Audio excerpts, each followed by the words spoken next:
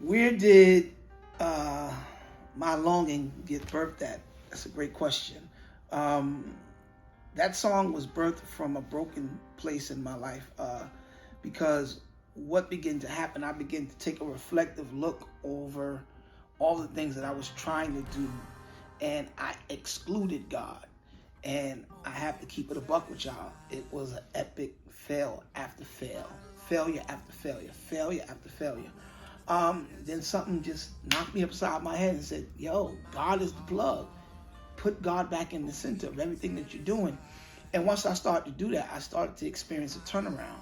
I started to see things coming together for my business, for my finances. For me personally, it was like, wow, I could have kicked myself because I wasted so much time excluding God, trying to do it through just my gifts and talents and my intellect, and not understanding that nothing that I was trying to do can be done unless God put his hand on it.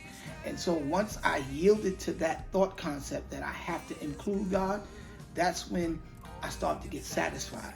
That's when I begin to be like that deer that panteth after the water.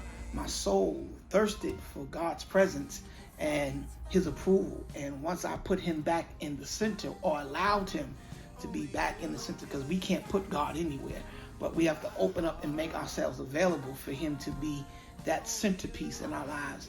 And once I did that, I realized that he was the only thing, the only one that could ultimately satisfy me. So that's where my longing was birthed from.